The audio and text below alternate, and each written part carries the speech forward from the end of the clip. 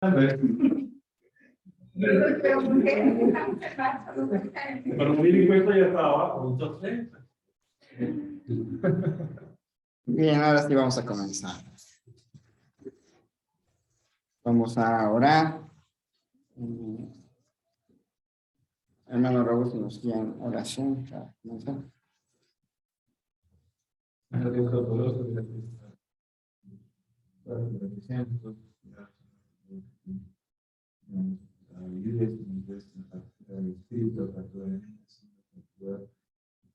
escuchar, retener, Señor, y aplicar.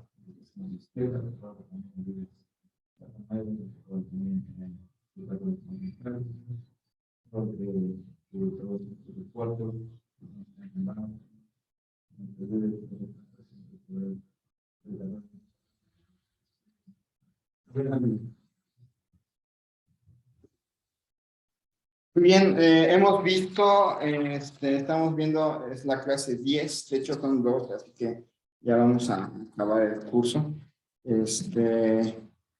Hemos estado viendo, discipulando a personas que están heridas. Vimos, en primer lugar, lo que la Biblia dice acerca del sufrimiento, y ya vimos que bíblicamente es más común que la felicidad, la alegría, el mundo sin problemas. También vimos en ese sentido los propósitos de Dios para el sufrimiento. Vimos que nos ayuda a destacarnos frente al mundo de tal manera que honramos a Dios. Nos enseña a depender de Dios y no de nosotros mismos. El sufrimiento nos enseña que lo que Dios dice se cumple. También nos hace madurar. El sufrimiento es parte de lo que Dios usa para que maduremos. Dios recibe gloria a través de lo que Él hace en nuestras vidas cuando sufrimos. Nos permite compartir algo de la gloria de Cristo. Y luego vimos cómo preparar a las personas para el sufrimiento.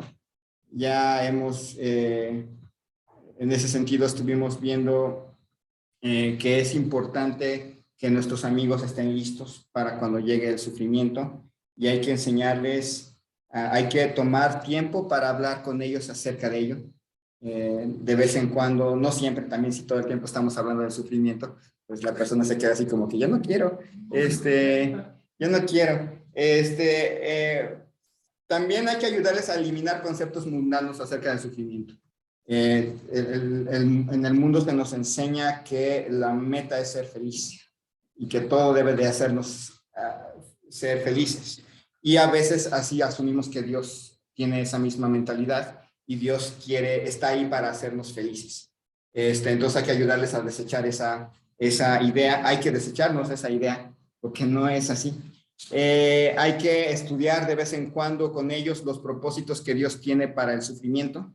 De vez en cuando hay que mencionarles lo que Dios dice acerca de ello. De vez en cuando es bueno leer algún artículo que hable acerca del tema. Enfocarnos en la fe, ayudarles a construir la mentalidad de que Dios es bueno, pero también Dios es soberano. Enseñarles a meditar en el Evangelio. Y bueno, así los preparamos, básicamente los preparamos para cuando lleguen los momentos difíciles. Y hoy vamos a ver cómo podemos ayudar cuando los tiempos difíciles llegaron. ¿Cómo ayudar cuando los tiempos difíciles llegaron?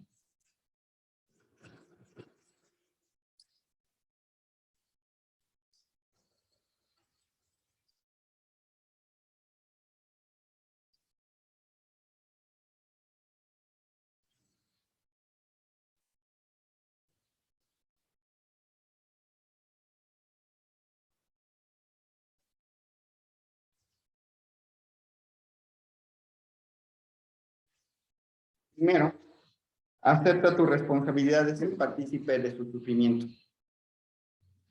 Es algo difícil, pero acepta tu responsabilidad.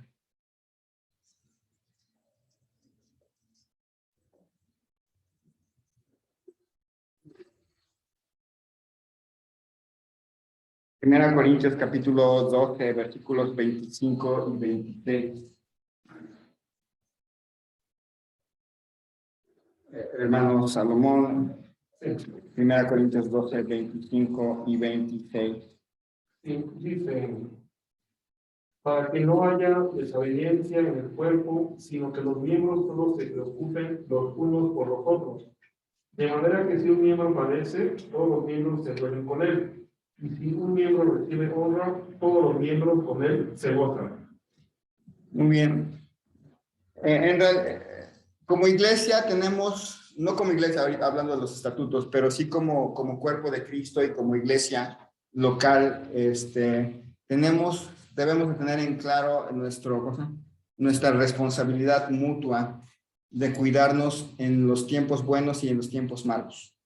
Es una responsabilidad mutua, una responsabilidad necesaria involucrarnos en segundo plano o en primer plano. Algunos, su relación con la persona que va a sufrir es tan cercana que pueden involucrarse de manera estrecha. Otros no es tan cercana y lo único que podemos hacer es orar por esa familia, estar presentes, pero orar por ellos. Y obviamente, salvo que, bueno, realmente a veces va a costar trabajo sentir el mismo dolor. O sea, si por ejemplo, no, ustedes han tenido alguna situación y los demás no tenemos la misma situación, es muy difícil que sintamos lo mismo. Muy difícil ponernos en sus zapatos porque no tenemos la misma experiencia de vida que la persona, pero tenemos que aprender a mostrar preocupación, a mostrar genuina preocupación, saber que aunque no sentimos lo mismo, porque no lo estamos viviendo, sí nos preocupa lo que les acontece. Entonces, eso tenemos que aprender. A veces, la experiencia de dolor de la otra persona se va a parecer a la experiencia de dolor de uno. Entonces, ya más o menos entendemos lo que está pasando la otra persona. Y podemos ayudarle de una manera más específica. Entonces, algunos, como les digo, en este aspecto de aceptar su responsabilidad, algunos van a quedarse bien involucrados porque la persona que está sufriendo es muy cercana a ustedes, puede ser un familiar, puede ser un amigo cercano, y otros no. Otros estamos en otro plano en nuestra relación con esa persona, pero sea que tengamos una relación estrecha o que tengamos una relación lejana, todos estamos llamados a involucrarnos.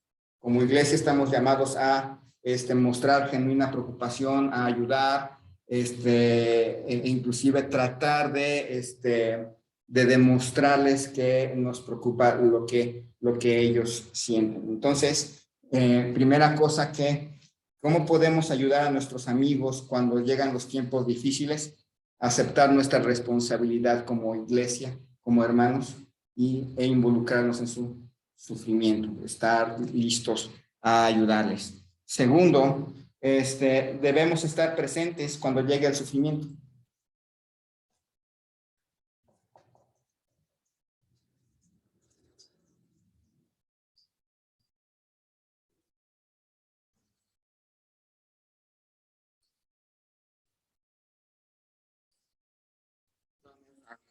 Una cita difícil, pero Job 2:13.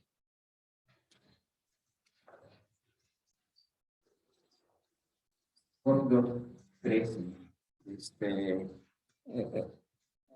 Hermana Marta, allá en Zoom, si puede leer Job 2:13. Así se sentaron con él en tierra por 7 días y 7 noches, y ninguno le hablaba palabra, porque veían que su dolor era muy grande.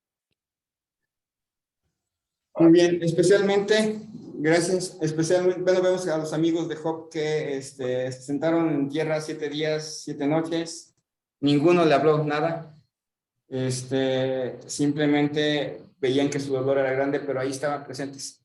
Ya después alguien abrió la boca y se hizo todo el desastre después del libro de Job. Bueno, de hecho creo que Job fue el que abrió la boca y los demás le siguieron y ya tenemos bastantes capítulos de lo que no se debe de hacer cuando alguien está triste. Pero lo que sí nos queda es que nunca permitan que sus amigos experimenten el sufrimiento a solas. Nunca lo permitan. Un cristiano solo sufriendo la amenaza contra su vida espiritual es muy, muy grande. Nunca dejen a su amigo, a su amiga sufrir a solas. Aun cuando la persona, aun cuando no tengan palabras que decir, a lo mejor no entienden su sufrimiento y no hay palabras más que las normales de llegar y, este es triste.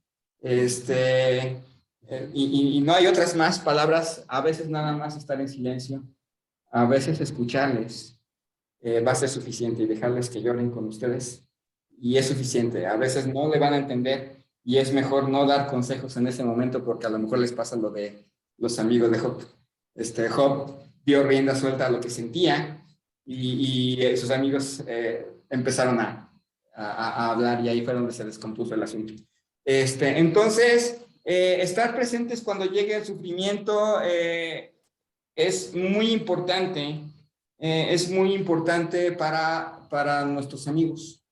Has estado discipulando a alguien, llega el sufrimiento, estar ahí es nuestro deber. Es el deber de cada uno de nosotros. Y como les digo, nunca intenten dejarles a solas. Decir, bueno, pues está sufriendo, entonces lo dejo solo. No. Le va a costar más trabajo a esa persona salir adelante. Tercera cosa, sé un embajador de consolación.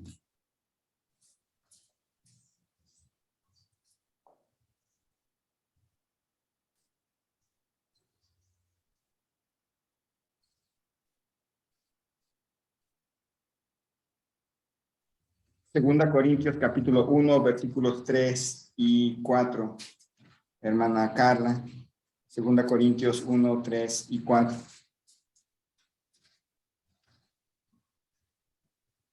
Bendito sea el Dios y Padre de nuestro Señor Jesucristo, Padre de misericordias y Dios de toda consolación, el cual nos consuela en todas nuestras tribulaciones, para que podamos también nosotros consolar a los que están en cualquier tribulación, por medio de la consolación con que nosotros somos consolados por Dios. Muy bien, nos habla de consolar a otros por medio de también la consolación que hemos recibido de parte de nuestro Señor Jesucristo. No necesariamente significa que experimentamos el mismo dolor que la otra persona. Por ejemplo, yo lo he vivido recientemente. No es lo mismo perder a una mamá que a un hijo. Son dos dolores completamente diferentes, o de una esposa a un esposo, un esposo a una esposa. Son dolores completamente distintos. Son dolores al final de cuentas, pero no son lo mismo. Entonces, no es lo mismo lo que yo sentí que lo que sintió una hermana al perder a su esposo. Es completamente diferente y no puedo decir ya sé lo que se siente porque no es cierto.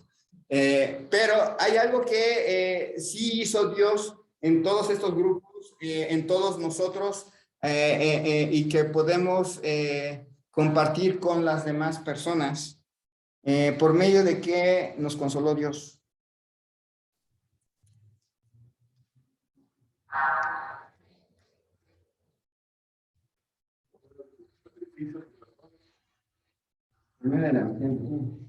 Que incluye el sacrificio y el perdón de nuestro Señor Jesucristo. A veces lo único que podemos llegar a decirles es recordarles las verdades del Evangelio. Si la persona ya es salva, es recordarles definitivamente las grandes riquezas que tenemos de consolación en Cristo Jesús. El hecho de que simple y sencillamente los sufrimientos actuales en realidad son nada comparados con la gloria venidera. Y son pasajeros, aunque pasajeros estamos hablando que a veces van a ser meses, a veces pueden ser años, pero sabemos que Dios nos consuela. Y recordarles a nuestros hermanos que han creído en Cristo y que Cristo es el que nos sostiene, recordarles que no es porque las circunstancias que viven, no es porque Dios siga enojado con ellos y quiera cobrarles algún pecado pasado. Porque algunas personas van a llegar a esa terrible conclusión. Algo le hice a Dios en algún momento que me tiene así. Bueno, recordarles el Evangelio, recordarles que en Cristo el perdón es completo, es absoluto, y que Dios está haciendo algo a través de ese sufrimiento. Les lleva a recordar a recordarles constantemente, bueno, Dios te sigue amando a pesar de que estás sufriendo. Eso es importante porque si hay gente que ha llegado con alguna persona que está sufriendo para decirles que arrepíntete de tu pecado. Algo hiciste, no sé qué hiciste, pero algo hiciste. Y se comportan como los amigos de Job. Y aun cuando haya sido evidente, a lo mejor sí la persona hizo algo malo, y hay una consecuencia severa en eso, no es el momento. Creo que no es el momento para decirle es por tu pecado, malvado pecador. O sea, ya tiene la carga del sufrimiento como para que encima le agreguemos un balde de agua fría. Pues probablemente eso más adelante lo hagamos, pero no en ese momento. En ese momento la persona necesita dirigir su mirada al evangelio. Ponte en la disposición de hacer sacrificios.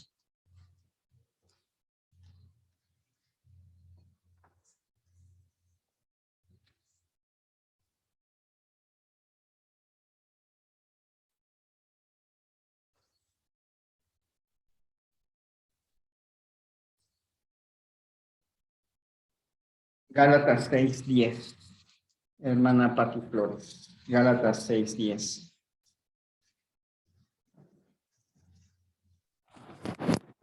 Así que, según tengamos oportunidad, hagamos bien a todos y mayormente a los de la familia de la fe. Bien, gracias. En lo que tengamos oportunidad, hagamos bien. Pregunta: ¿podemos programar las crisis? No, ¿verdad? Las crisis llegan. Las crisis llegan y a veces llegan en el momento más inoportuno. Nadie puede pensar que puede asignar un tiempo para las crisis. De repente alguien sufre un accidente y les llama, oye, sufrí un accidente y híjole, tengo un partido de fútbol, lo siento, hay que quedarte, porque esto es más importante que irte a ver, lo siento. ¿Cómo se sentirá esa persona? No, pues, gracias, no vuelvas a mi casa a compartir mi Biblia. Las crisis llegan así nada más porque sí. Y muchas veces estas situaciones difíciles llegan precisamente cuando no tienes tiempo para dedicarle a los demás. Como que también es una prueba para ti. Llega la crisis en el momento en que tú tienes que decidir: o ayudo a mi amigo o a mi amiga, o me voy a atender mis propios negocios, mis propias cosas. Entonces, uno tiene que estar listo a sacrificar, especialmente el tiempo. A veces sí va a ser cuestión de dinero, pero generalmente lo que nos cuesta más trabajo es tiempo. Es decir, bueno, yo tenía programado esto y pues ahora tengo que ir al hospital a ver a mi amigo o a mi amiga, o ahora tengo que ir a Los Naranjos por mi amigo, mi amiga que ya se metió en problemas ahí. Es una casa. Entonces, uno tiene que estar dispuesto. Dispuesto a soltar tiempo. Entonces, ¿cómo podemos ayudar a un amigo en tiempos difíciles? Aceptar nuestra responsabilidad. Es nuestra responsabilidad de cristianos ayudarles en tiempos así. Estar presentes cuando llegue el sufrimiento, aun cuando no tengamos palabras que decirles. Estar ahí presentes. Ser un embajador de consolación, recordarles el evangelio, si es lo único que podemos hablar en ese momento. Ponernos a disposición de hacer sacrificios, estar dispuestos a soltar nuestro tiempo cuando sea necesario. Instruye, pero principalmente consuela.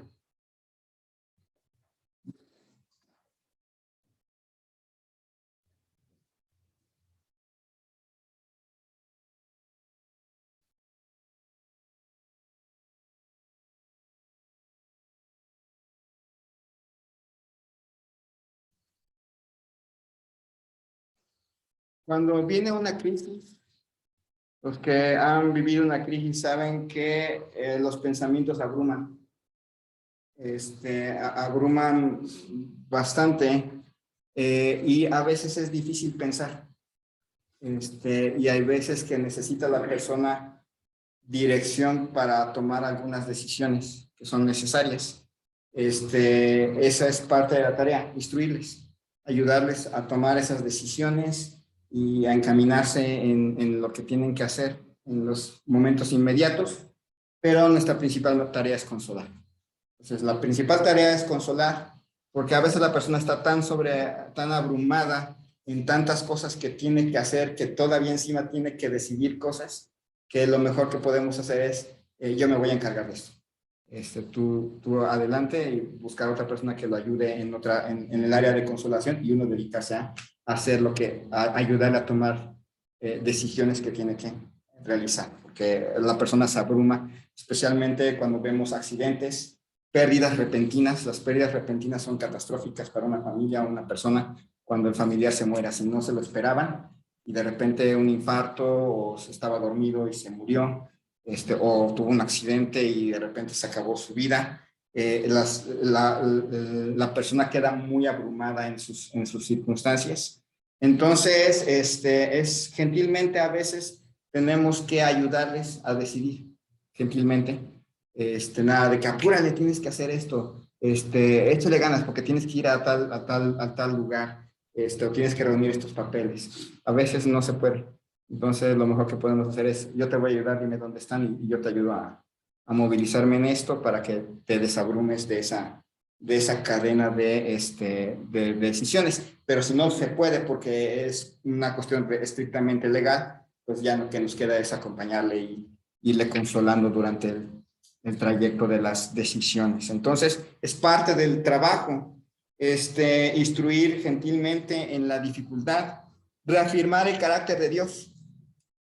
Eso siempre hay que tenerlo siempre en mente, reafirmar el carácter de Dios.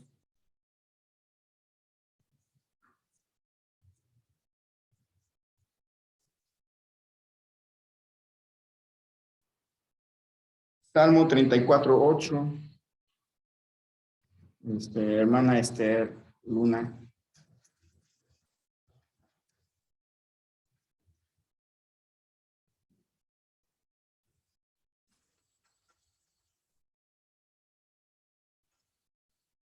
Salmo 34:8. Gustad y ved que es bueno Jehová, dichoso el hombre que en él confía. ¿Ese es? Sí. No se sumerjan en una discusión teórica de quién es Dios. No traten de hablar acerca de la justicia divina y nada de datos teológicos. Simplemente hablarles del hecho de que Dios es bueno y estarles constantemente recordando eso.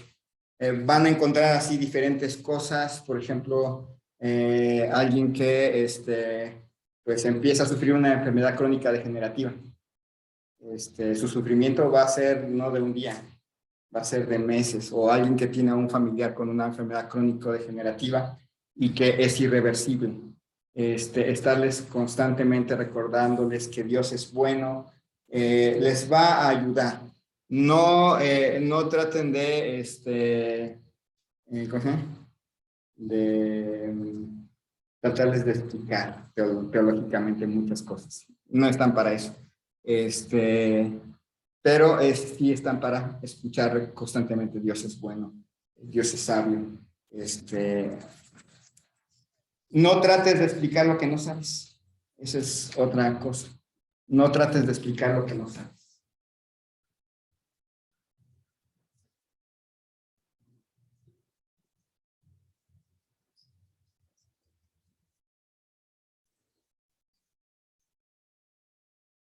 Luego van a preguntar: ¿por qué a mí? Esa es una pregunta difícil de contestar. Y lo más sabio que podemos contestar es un no sé. Lo que sí sé es que Cristo murió en la cruz por ti y te sigue amando Dios, como te amó este día que fue a la cruz por ti. Es lo que sabemos, el Evangelio. No sabemos, nunca, ni siquiera nosotros cuando nos toca, podemos respondernos a la pregunta ¿por qué a mí? No hay una contestación a esa pregunta. E intentar contestarla nos lleva a los amigos de Job. Siempre nos va a llevar a ese punto. De una u otra manera vamos a llegar ahí y vamos a terminar lastimando a la persona. Así que cuando nos preguntan por qué, lo mejor que podemos decir es no sé. No te puedo explicar. No, yo no soy Dios, en realidad, pero lo que sí puedo decirte es que Cristo te sigue amando, sigue siendo amoroso por ti y te va a cuidar en este tiempo difícil.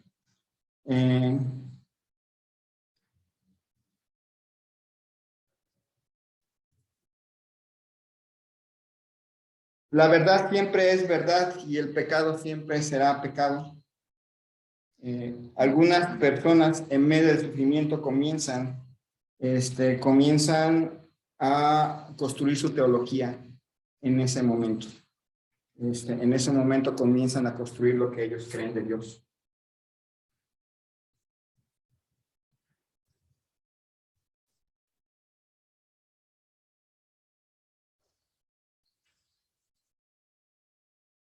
Siempre hay que asegurarse.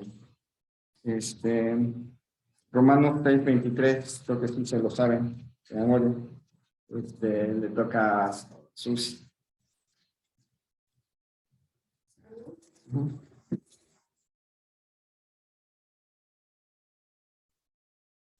La paga de pecado es muerte, mas la dádiva de Dios es vida eterna en Cristo Jesús, Señor nuestro. Yo creo que conocen personas que después de una crisis de gran envergadura se apartan de Dios o se dirigen hacia pecados que no hubieran cometido antes, que antes del sufrimiento nunca lo hubieran hecho, pero que después de su sufrimiento caen, resbalan, se hunden, se desesperan. Uno piensa que no va a haber algún cristiano que después de lo que le pase agarre una botella de alcohol porque pues piensa, me portaba bien yo, me pasó esto. Me acordé de esa persona que nos ayudaba, que nos quería ayudar cuando chocamos la roja, la camioneta roja. Y que se acercó, no, yo lo vi todo y yo vi quién fue que tuvo la culpa. Y lo malo es que estaba ebrio, así que no podíamos decir, ok, ahorita que venga la policía, te vamos a usar de... Pero llegó un momento en que dijo, porque al empezamos a hablar del evangelio, llegó un momento en que dijo, yo iba a una iglesia y era maestro de escuela dominicana y hacía ruta y tenía mi clase de niños, pero mi esposa me dejó. Y como me dejó, pues creo que Dios no cumplió en cuidar a mi familia. Entonces, por eso ahora yo tomo. Por un lado, probablemente estaba en una iglesia donde les enseñaban que hay que obedecer para ser bendecido, porque agarró esa costumbre. Como obedecía, estaba pensando que Dios le era deudor. Pero por el otro lado, yo creo que nadie estuvo con él en ese momento para recalcarle para enseñarle que el hecho de que le haya pasado eso no va a justificar lo que siga, el tomar malas decisiones después o en ese momento. Que, por ejemplo, se deshaga un matrimonio y que la pareja que era fiel diga, pues ahora en venganza yo voy a hacerle lo mismo. Pues hay que enseñarle que pecado es pecado a pesar del dolor que está sufriendo en ese momento. Porque de otra forma va a venir una cadena de pecados, uno tras otro, hasta que totalmente se destruye su vida. Así que en el momento del sufrimiento, y si logramos ver que ya la persona se empieza a inclinar ¿para qué me esforcé? Si de todas maneras Dios me iba a permitir pasar por esto. ¿Para qué me porté bien si de todas maneras Dios me permitió pasar por aquí? Bueno, ahí es donde entramos para recalcarle ciertas verdades y que son verdades aún en medio del sufrimiento. Entonces, esto es importante. Una de las cosas más importantes de toda esta historia, orar con ellos y por ellos. Orar con ellos y por ellos.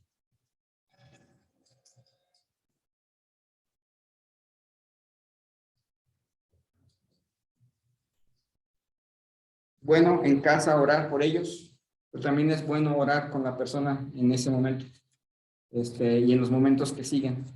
Estar conscientes de que probablemente en algunos casos el consuelo va a ser de larga duración, es decir, va a tardar mucho en la persona en ser consolada y estar acostumbrándose a recordarles que estás orando por ellos o estar orando por ellos constantemente, con ellos constantemente. Entonces, a veces la oración es más, ¿cómo se llama? Es más, como digamos, da ciertas libertades que no tenemos cuando hablamos con ellos. A veces no tenemos palabras, pero al orar, ahí sí salen. Y salen palabras, salen oraciones instructivas, salen oraciones de tipo que dirigen la mente de la persona a verdades que necesita recordar. O sea, decirle, Señor, pedimos que le ayudes a recordar que sigue siendo bueno con Él, que sigues estando en control de todo, que sigues cuidándole paso a paso, etcétera. Cuando estamos orando, a veces eso es difícil decírselo, pero al orar con Él, se lo podemos decir sin sentarnos en silencios incómodos. Entonces, eso es importante, orar con ellos, orar juntos. ¿Se acuerdan que siempre les he recordado eso? Una de las cosas que los pentecostales siempre tienen. Ellos siempre hacen, oran para todo. Si ven a un hermano triste, ¿qué hacen? Oran con la persona. Si ven que le duele la pancita, oran con la persona. Como que ellos hacen mucho énfasis en la oración. Es algo que así tenemos que hacer nosotros. Estar orando con ellos. Y la penúltima, piensa cómo servirles de manera práctica. Muchas preguntas, pero piensa en cómo ayudarles prácticamente.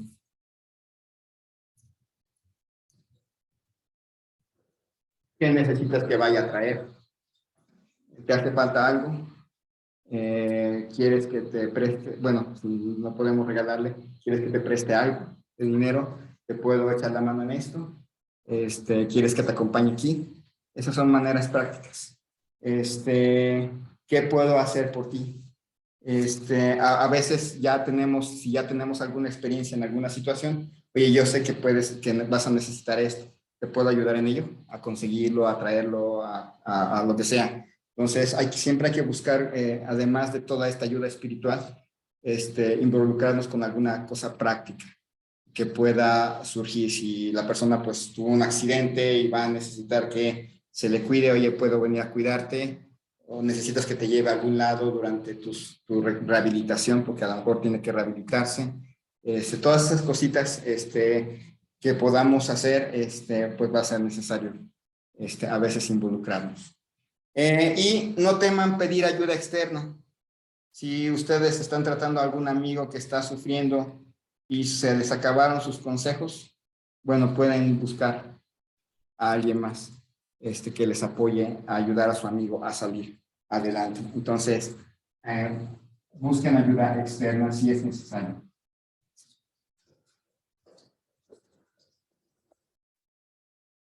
Y empatizo si es necesario. A lo mejor ustedes son grandes amigos de esa persona, pero no tienen tiempo porque ese día estaban pensando ir a comprar en galerías y había una oferta y pues esa persona ahorita se accidentó. Entonces busco ayuda para que esa otra persona vaya por mí mientras yo voy a galerías a comprar. No hagan eso. Su amigo cuenta con ustedes.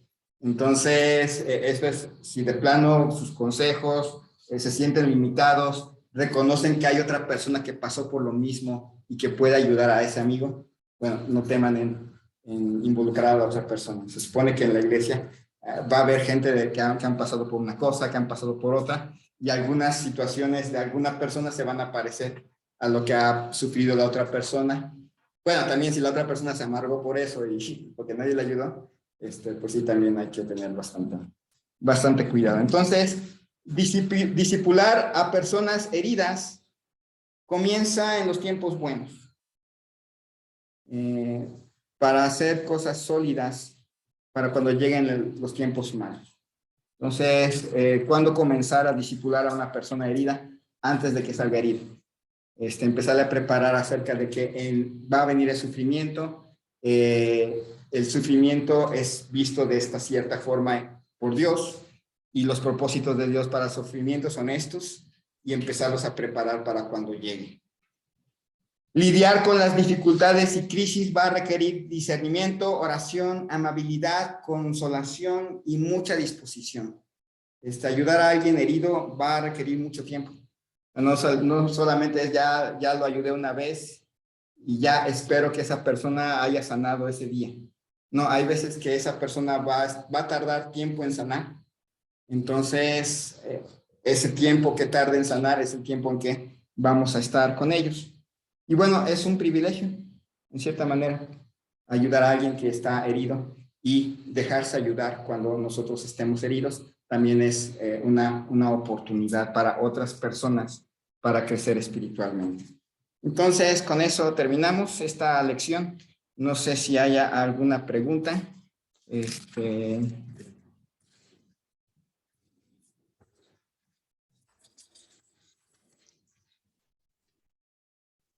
No, vamos a terminar antes de que se me termine el tiempo en Zoom y los deje como los he dejado muchas veces. Sí, un café. Ahí los dejo hablando. Bueno, vamos a orar. Señor y Dios, te doy gracias en esta noche por la vida que nos concedes y gracias, Señor, por la consolación que nos das en Cristo Jesús. Gracias, Señor, por tu bondad, por tu amor, porque estamos 100% seguros que tú nos amas y nos consuelas de muchas formas. Ayúdanos, Señor, a ser usados por ti para consolar también a otros, para animar a otros, para ayudar a otros en sus tiempos difíciles, que cumplamos con nuestra responsabilidad, pero al mismo tiempo aprovechemos el privilegio de guiar a otros a mirar tu bondad, a mirar tu soberanía, tu misericordia. Bendice, Señor, a cada uno de nosotros. Gracias, Señor, te damos. Llévanos con bien a nuestros hogares. En el nombre de Cristo Jesús. Amén. Muy bien, con esto terminamos la clase.